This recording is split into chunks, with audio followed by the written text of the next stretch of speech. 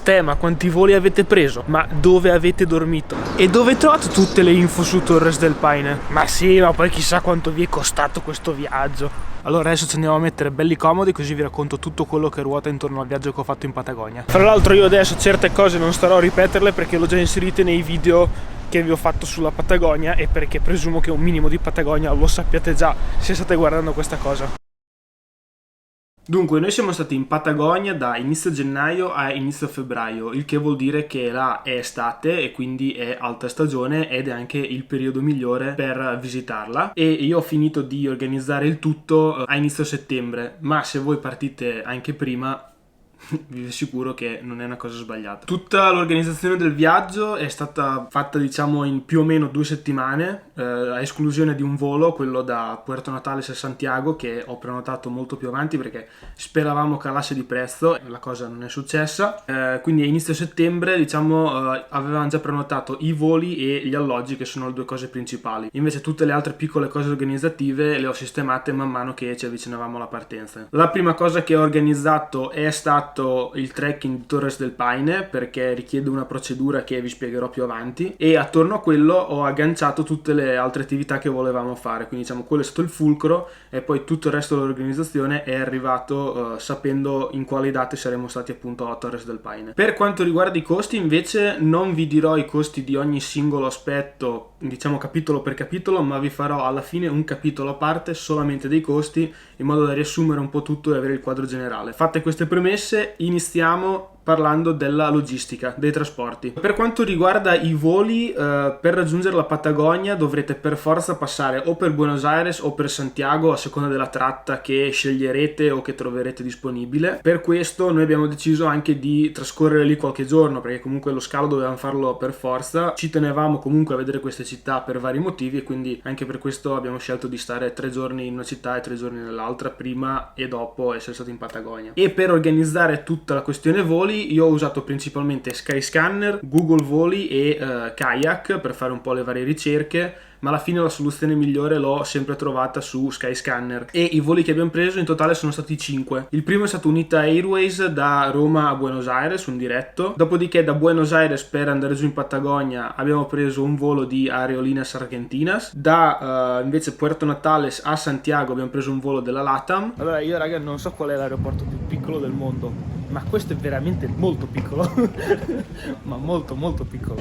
Ci sono bensì 3 imbarchi, 1, 2, 3, basta, finito. E invece da Santiago per tornare diciamo in Italia abbiamo preso 2 aerei. Il primo abbiamo preso un Level che fa parte della compagnia Iberia da Santiago a Barcellona, e invece da Barcellona a Venezia abbiamo preso un Ryanair. Questa soluzione per il rientro l'abbiamo scelta perché era in quel momento quella più veloce ed economica, però per rientrare da Santiago in Italia ci sono 1000 opzioni, quindi anche lì se dovete andarci valutate di volta in volta. Per quanto riguarda diciamo le compagnie aeree, ci siamo trovati bene con tutti i voli che abbiamo fatto. I voli interni che abbiamo fatto in Argentina e in Cile, che più o meno diciamo fanno parte di compagnie che possono essere paragonate a Ryanair, in realtà hanno un servizio che secondo me è migliore, sono più comodi gli aerei, trattano meglio a bordo, insomma una serie di cose. Invece il punto negativo, ma veramente negativissimo, è stato con il volo di Level che ci ha portato da Santiago del Cile a Barcellona, perché ci siamo fatti 13 ore di volo al freddo, ma veramente freddo, proprio da vestirsi, mettersi i giubbini, e in più per 13 ore non ci hanno dato da mangiare. Questo perché abbiamo scoperto dopo che il pasto si sarebbe dovuto acquistare al momento dell'acquisto del biglietto. Peccato che io quando ho preso il biglietto questa possibilità non c'era assolutamente sul sito. Croce sopra e sappiamo che Level Airways non la prenderemo mai più. Per quanto riguarda invece gli spostamenti in Patagonia abbiamo usato esclusivamente degli autobus per le lunghe tratte, e vi assicuro che sono tratte molto lunghe perché là gli spazi sono infiniti. L'alternativa è quella di noleggiare un'auto, ma noi eravamo in 2 persone e non conveniva. Secondo me se si è in un gruppo di 3 o 4 persone le cose iniziano a cambiare, inizia a diventare più conveniente, ma appunto solo in 2 diventava una spesa molto alta e non ne valeva la pena. Per prenotare tutti gli autobus che abbiamo utilizzato ho scoperto un'applicazione che si chiama Boostbud, che gestisce un sacco di compagnie che lavorano giù in Patagonia, e abbiamo prenotato tutto tramite questa applicazione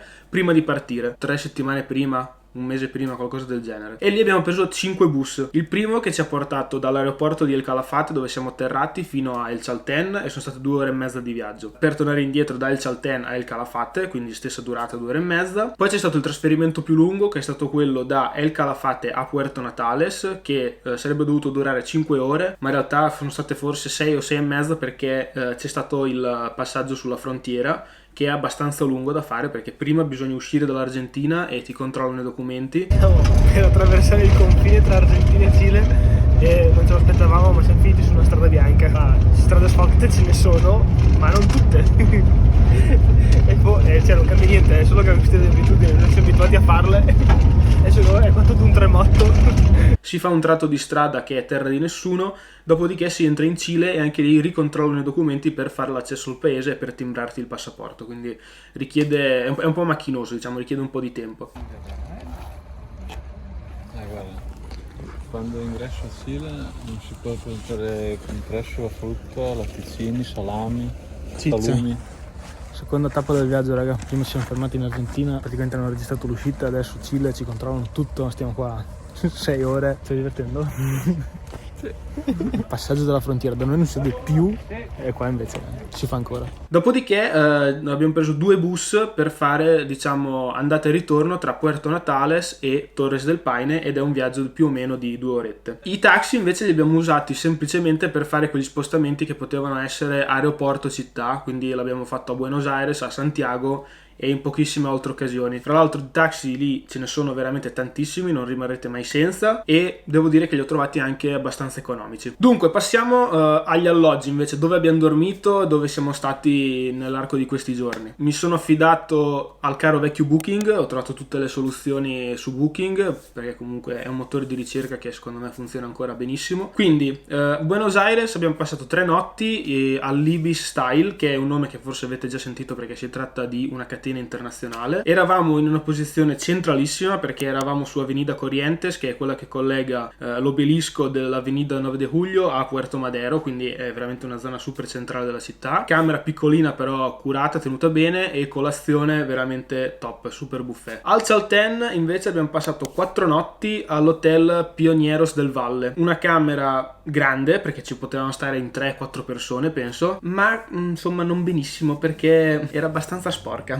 Noi comunque abbiamo risolto la situazione con un po' di escamotage, quindi 4 notti le abbiamo fatte. In più la colazione era veramente una cosa ridicola, perché il buffet non c'era praticamente niente, quindi tutte le mattine c'erano 2 cose in croce da mangiare, vabbè. Quindi vi consiglio, se andate al Chalten, di non prenotare al Pioneros del Valle, tanto lì ci sono 6.000 strutture, non vi preoccupate, troverete sicuramente delle alternative valide. Dopodiché a El Calafate abbiamo passato 2 notti in un posto veramente super carino, che era leggermente fuori dal paese, quindi un po' scomodo dai servizi. Noi per scendere in paese avevamo 10 minuti a piedi da fare, diciamo che andava bene, perché comunque la posizione in cui era, appena sopra le colline, era super panoramica, rilassantissima, super curato, era un lodge veramente super curato, Bla Lodge si chiamava, molto molto bello, tant'è che una sera abbiamo deciso anche di rimanere a pranzare lì in terrazza, perché c'era un tramonto spettacolare, quindi 2 empanadas, e è stata una cena veramente tra le più semplici ma le migliori. Dopodiché a Puerto Natales abbiamo fatto 2 notti prima di entrare a Torres del Paine e 2 notti dopo, perché appunto abbiamo usato Puerto Natales, come fanno tutti, come punto d'appoggio per andare al parco, e in un bed and breakfast veramente spettacolare, curato dal buon Sancho. Devo dire che è stato forse l'alloggio migliore che abbiamo fatto. Camera super carina, angolo cucina bellissimo che era sempre a disposizione degli ospiti, dove fra l'altro Sancho curava tutta la colazione, faceva trovare tra frigo e fuori un sacco di cose da mangiare, quindi veramente molto molto bene. Per finire a Santiago invece abbiamo passato 3 notti in uno di quei super hotel mega business che io non ho mai frequentato, perché non me li posso permettere, ma al di là di quello non mi interessa neanche troppo fare una vacanza in un hotel così. Veramente super camera, che adesso vi faccio vedere. Arrivati in camera a Santiago, e io una camera così, raga, non ce l'ho mai avuta così padronale da businessman, perché bagno e poi super camerona, proprio in stile trekking, hiking come abbiamo fatto fino adesso, e poi ce la faccio direttamente sul centro, presumo, di Santiago, perché siamo appena arrivati, non ci sto ancora capendo niente. Qui sotto c'è la piscina che è del nostro hotel, questa, e prima o poi ci andremo. Quanto lusso, cioè non è che mi sto dando fiero perché ero abituato alla tenda e mi andava benissimo, però preso male, Io voglio la tenda. Cibo, parliamo di mangiare. Dunque, per quanto riguarda il mangiare, devo dire che mi sono trovato bene, molto bene. La cucina sia argentina che cilena ha tantissimi piatti della nostra tradizione, ovviamente modificati e adattati nel corso degli anni. Quindi se prendete un piatto là, che può essere la pizza, che può essere la bistecca alla milanese, hanno la loro declinazione, quindi sono buoni, ma ovviamente non mettete a paragone con i nostri, perché secondo me è un errore gravissimo, quindi prendetelo per quello che sono. Secondo me si mangia bene. Dopodiché Argentina, ovviamente carne, perché sappiamo benissimo che l'Argentina ha una tradizione riguardo alla carne tra le migliori al mondo. Io infatti ho preso sia l'asado che il bife de chorizo e devo dire che rispetto alle nostre carni le ho trovate assolutamente a livello, se non forse un pochino migliori. Dopodiché ovviamente abbiamo mangiato i piatti tipici, che possono essere le empanadas. Alla mattina mangiavamo le medialunas, che sono il loro brioche, che sono un po' più piccoline e leggermente diverse dal punto di vista dell'impasto. Quindi diciamo che abbiamo mangiato sia tradizionale che internazionale, perché poi di hamburgerie e cose varie ce ne sono tantissime. In Cile invece abbiamo assaggiato il guanaco, che è il parente del lama, diciamo così, che gira nella pampa. Ce ne sono un sacco lì. E a Santiago invece, oltre ad essere andati a mangiare i panini del nostro amico Schinco, quindi panineria italiana, e avevamo anche voglia di mangiare del salume nostro, siamo andati proprio su consiglio di Schinco a mangiare in un ristorante peruviano, dove abbiamo mangiato da Dio. Abbiamo preso della ceviche e del pulpo arrosto, ragazzi, che sono stati una bomba. Forse è stata la miglior cena in assoluto che abbiamo fatto in Sud America. Quindi noi praticamente abbiamo sempre mangiato, ecco, fuori in locali. Questo ci tenevo a dirvelo. Non ci siamo mai fatti da mangiare nei B&B dove stavamo. Abbiamo sempre usato i servizi di ristorazione, ovviamente a esclusione dei giorni a Torres del Paine, dove ci siamo portati dentro il nostro mangiare e dove per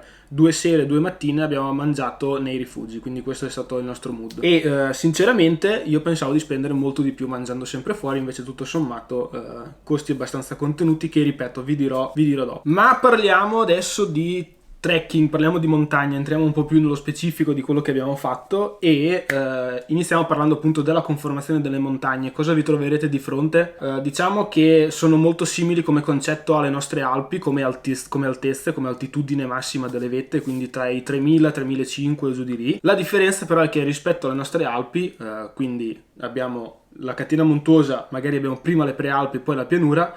Qua si passa direttamente dalla pampa, quindi un territorio prettamente pianeggiante e arido, secco, alle Ande, che si alzano all'improvviso, quindi nel giro di pochissimi chilometri troverete tantissime zone, diciamo, sia climatiche che ecosistemi, e quindi poi si arriva fino a zone completamente piene di acqua e di ghiaccio, appunto tipiche delle Ande. Sul discorso geologico non voglio dire niente perché non l'ho studiato, ma diciamo che maggior parte ho trovato del granito molto chiaro, che era molto molto bello, e ovviamente la vegetazione è diversa da quella delle nostre Alpi, si tratta di un altro tipo di flora. Entrambi i parchi dove siamo stati sono zone protette, sono parchi nazionali, e non mi sono informato, diciamo, in maniera approfondita riguardo alle attività che svolgono, ma mi sono reso conto che comunque vengono protette molto bene, e anche per quanto riguarda ad esempio il discorso campeggio, tende e vi dicendo, è vietato in entrambi i parchi campeggiare o bivaccare liberamente, ma si può stare solamente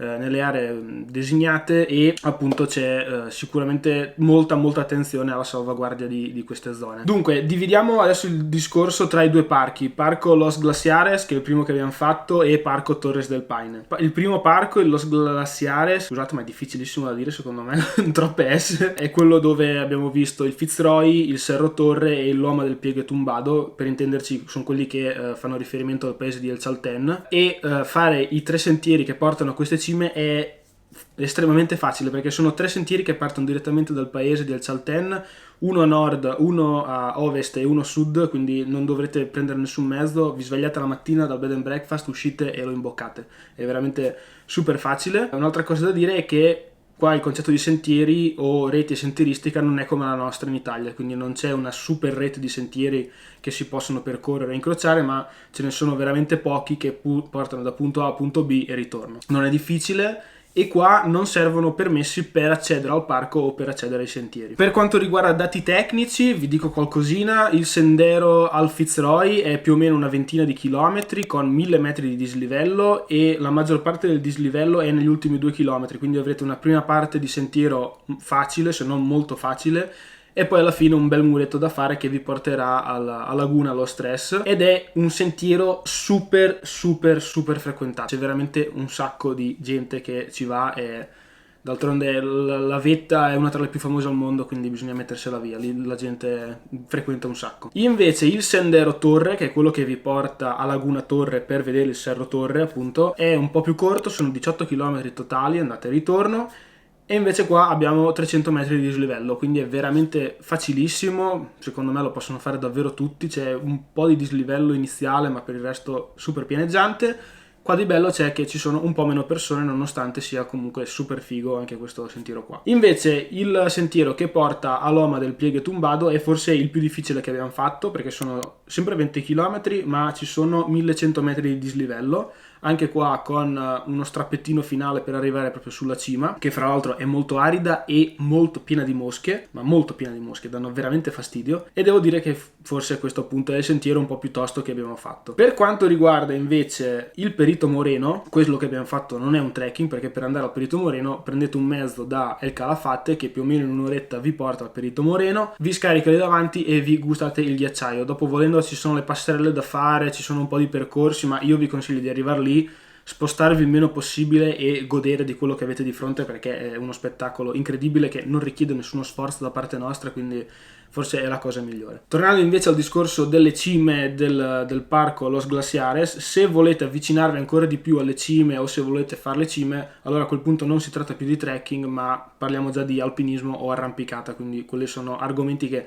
non mi competono, però se volete, diciamo, farli, c'è la possibilità di farli, ecco, non sono preclusi alla scavata, però io sinceramente non ne so nulla. Passiamo invece a parlare del parco Torres del Paine, che come vi dicevo prima va organizzato bene, perché è un po', diciamo, macchinosa come organizzazione, nel senso che se volete andare a fare sia il circuito W che il circuito O, dovrete prima prenotare i posti tenda o i rifugi che volete fare e attendere che vi diano l'autorizzazione o che vi dicano insomma che c'è posto e che vi confermino la prenotazione, per poi poter andare là a accedere, perché non vi fanno accedere al parco se non avete prenotato i posti appunto dove dormire. Questa cosa si fa tramite i siti delle due agenzie che gestiscono appunto questa cosa, che sono Las Torres e Vertice. Quindi già il fatto che siano due agenzie è abbastanza scomodo. Dopodiché voi dovete pianificare le tappe che volete fare, incrociare le date, quindi matchare Vertice e Las Torres, mandargli la richiesta e aspettare la risposta. Quindi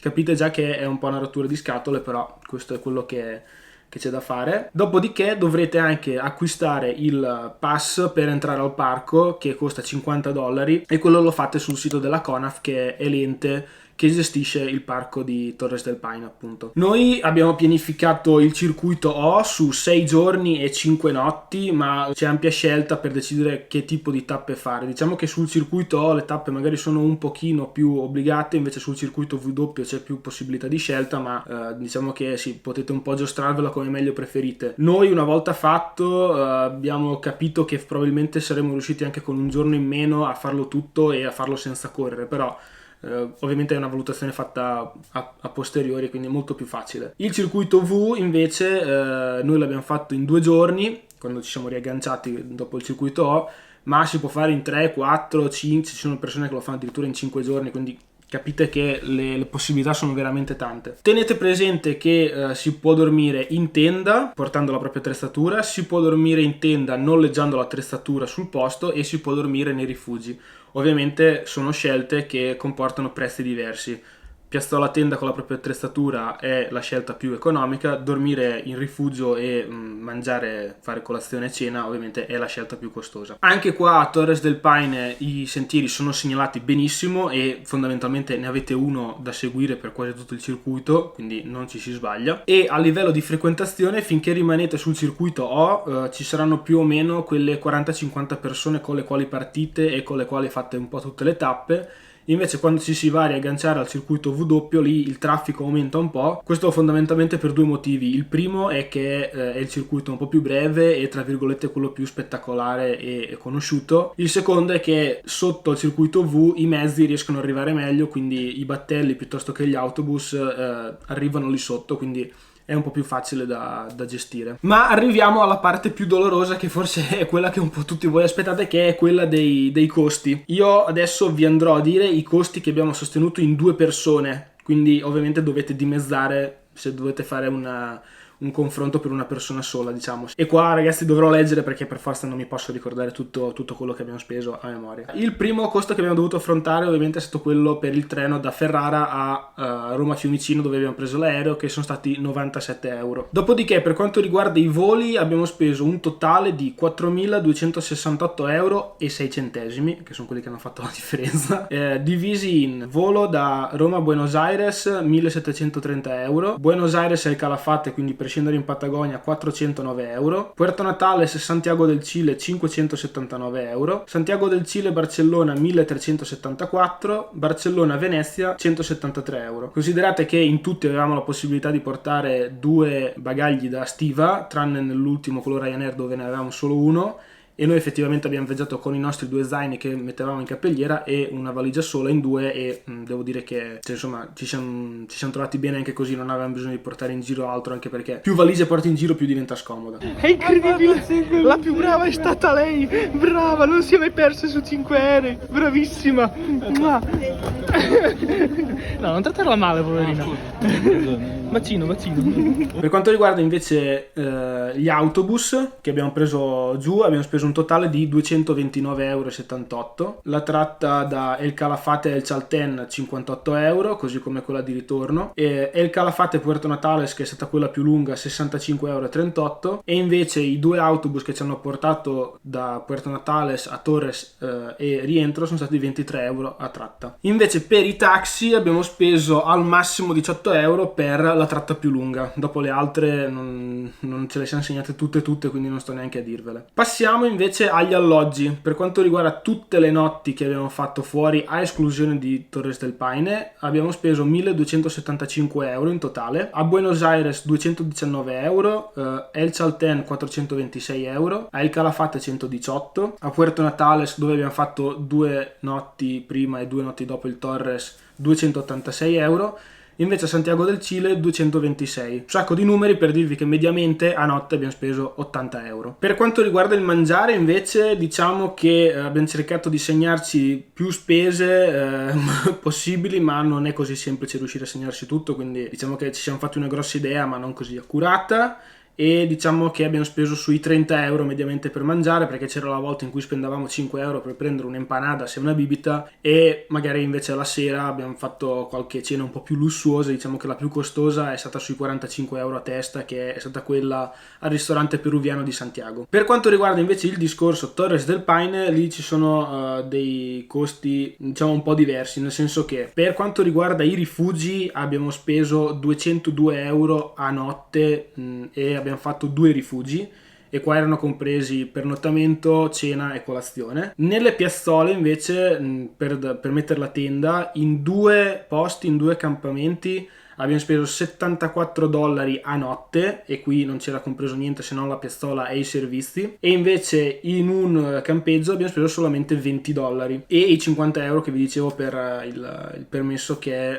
serve per accedere. Dopodiché abbiamo consumato qualcosina nei rifugi, tipo merende, non so, una cioccolata, un caffè o cose così. Io mi sono preso una pizza, e ovviamente non sono economiche, perché capite anche voi che nei rifugi costano di più. Tutto ciò per dirvi che il Torres del Paine non è un trekking propriamente economico, diciamocela chiaramente, però per quello che si vede insomma dai, merita. E in linea di massimo un'altra cosa che volevo dirvi è che in generale tra Argentina e Cile i prezzi sono più o meno come quelli in Europa. Io mi aspettavo di trovare qualcosa di un po' più economico, in realtà sono costi come i nostri. A tutto ciò tenete in considerazione un po' di budget per spese legate a souvenir, legate magari alla SIM per il telefono, se volete farvi una SIM e non andare con il roaming dati che vi costa una follia. Poi vabbè, le care vecchie varie ed eventuali, quindi tenetevi un budget anche per quello. Morale della favola, noi per un viaggio ripeto, costo per 2 persone, abbiamo speso intorno ai 7.000 euro. Sono tanti? Secondo me no, nel senso che si sarebbe potuto sì spendere qualcosa in meno, perché ad esempio avremmo potuto dormire in alloggi un po' più economici, avremmo potuto mangiare in bed and breakfast preparandoci noi le cose, è verissimo, però è anche vero che facendo un tipo di viaggio così ci siamo voluti tra virgolette trattare bene per certe cose, comunque non siamo andati a spendere un budget troppo alto. Ripeto, siamo stati fuori 24 giorni, abbiamo visto delle cose stupende, abbiamo mangiato bene, ci siamo trovati bene praticamente dappertutto, quindi secondo me il livello di spesa rispetto alla qualità ci sta alla stragrande. Poi ripeto, si può spendere di meno, ma si può spendere anche tanto di più. Detto ciò, spero di non essere stato troppo prolisso, rispondo a un po' di domande che mi avete lasciato tra Instagram e YouTube, perché vi ho chiesto di darmi una mano per preparare questo video, perché magari c'era qualcosa che voi volevate sapere a cui io non avevo pensato, e ci sono un sacco di domande che mi avete fatto che adesso rispondo un po' in maniera randomica. Allora, la prima è appoggiarsi ad un'agenzia è limitante? Sinceramente non lo so, perché non so questo tipo di tour come vengono organizzati dalle agenzie. Io per mia esperienza personale, le poche volte che mi sono appoggiato a un'agenzia mi ha sempre fatto spendere un po' di più rispetto a quello che si sarebbe potuto fare organizzandosi da soli, però è chiaro che ti tolgono d'impiccio tutta l'organizzazione, che è bella corposa, quindi sinceramente non saprei. In caso di emergenza fra 2 tappe del Torres, come si fa? Qua secondo me è un argomento un po' spinoso, nel senso che a Torres del Paine da tappa a tappa in mezzo non troverete strutture, non troverete niente, quindi secondo me se si tratta di emergenza ci saranno da contattare i soccorsi, e sicuramente dalla prima garderia o dal primo rifugio i guardiaparco vengono e ti vengono a soccorrere, però diciamo che lì i mezzi di trasporto fanno fatica a girare in tantissime zone, quindi sinceramente penso che o arrivino con un elicottero o comunque gestiscono un po' la cosa i guardiaparco. Non è un ambiente così comodo da girare, per quanto sia semplice e non ci siano cose troppo pericolose, però sappiamo che gli imprevisti sono dietro l'angolo. Altra domanda: libri e siti usati per preparare questo viaggio. Per quanto riguarda i siti, ho sfruttato tantissimo il sito degli amici di Focus on Trips, che erano già stati a Torres, quindi ho preso un po' di informazioni da lì, e mi ha aiutato anche il mio amico Federico, Far From Any Road. Trovate il suo blog dove ci sono un sacco di informazioni e anche un resoconto del suo giro del Torres, ma appunto conoscendolo di persona mi sono interfacciato tanto con lui, mi sono fatto dare tanti consigli. Comunque sì, io vi posso dire questi 2 blog sicuramente in italiano, ma se andate sugli stessi siti ufficiali di Torres del Paine anche lì trovate un sacco di informazioni, e lo stesso YouTube comunque vi offre tantissimo materiale su cui studiare. E per quanto riguarda in generale la Patagonia, ho letto i 2 libri, quello di Sepulveda e di Bruce Chatwin, che insomma non trattano nello specifico quello che abbiamo fatto noi, però ti fanno un po' entrare nel mood della Patagonia. Mi avete chiesto: El Chaltén assomiglia a qualche località delle Alpi? Sì e no, nel senso che sulle Alpi è vero, tanti paesi che si frequentano sono paesi in cui girano trekker, in cui girano alpinisti, però la coesione che c'è a El Chaltén e il tipo di servizi che ci sono predisposti appunto per chi fa trekking, alpinismo, arrampicate, tutto quanto, secondo me è a livelli un po' più alti, e c'è appunto più coesione tra chi vive in paese. Quindi io quello spirito lì sulle nostre Alpi non l'ho trovato, e invece El Chaltén insomma ti dà una bellissima atmosfera. Domanda riguardante invece l'attrezzatura tecnica: che scarpe avevo? Gore-Tex o normali? In generale serve abbigliamento antipioggia? Abbigliamento antipioggia e antivento sicuramente, perché in Patagonia ne troverete in continuazione, quindi non pensate di andare là con una ventina da poco, prendetevi su comunque abbigliamento che vi protegga bene. E io personalmente avevo scarpe normali senza il Gore-Tex, perché comunque è da un annetto o 2 che non uso più in estivo, diciamo, scarpe con Gore-Tex, perché sono molto più lente da asciugare e le trovo un po' più pesanti, fanno respirare meno il piede, però ovviamente quella è una scelta personale, non voglio influenzare nessuno. Ultima domanda che mi è piaciuta un sacco, chiede: soddisfatti di quello che abbiamo organizzato? Faresti qualcosa di diverso? Sono stato molto soddisfatto di quello che abbiamo organizzato, perché è stato un viaggio molto corposo con tante cose a cui pensare, e me lo sono organizzato tutto in autonomia, e quindi è stata una grandissima soddisfazione poter organizzare da me tutto, e una volta là vedere che ha funzionato praticamente tutto quello che avevo messo in piedi. Guardandosi indietro sembra facile, prima di affrontarlo è una bella mole di lavoro, quindi potrebbe spaventare. Cambierei qualcosa? Sinceramente no. Forse l'unico cambiamento che farei sarebbe quello di affrontare Torres del Paine in un giorno in meno, ma non è niente di brutto che vorrei cambiare, anzi rifarei forse in maniera identica questo viaggio al 100%, quindi sono stato veramente contento. Bene, io ragazzi vi ringrazio tantissimo per la pazienza, perché sicuramente questo sarà un videone bello lungo e bello corposo, quindi se siete arrivati fino a qui vi ringrazio e noi ci vediamo direi settimana prossima con un nuovo video. Ah, dimenticavo, se avete altre domande riguardo tutto il viaggio lasciatemele nei commenti, perché comunque vi risponderò. Detto ciò, vi ringrazio ancora e alla prossima. Ciao raga.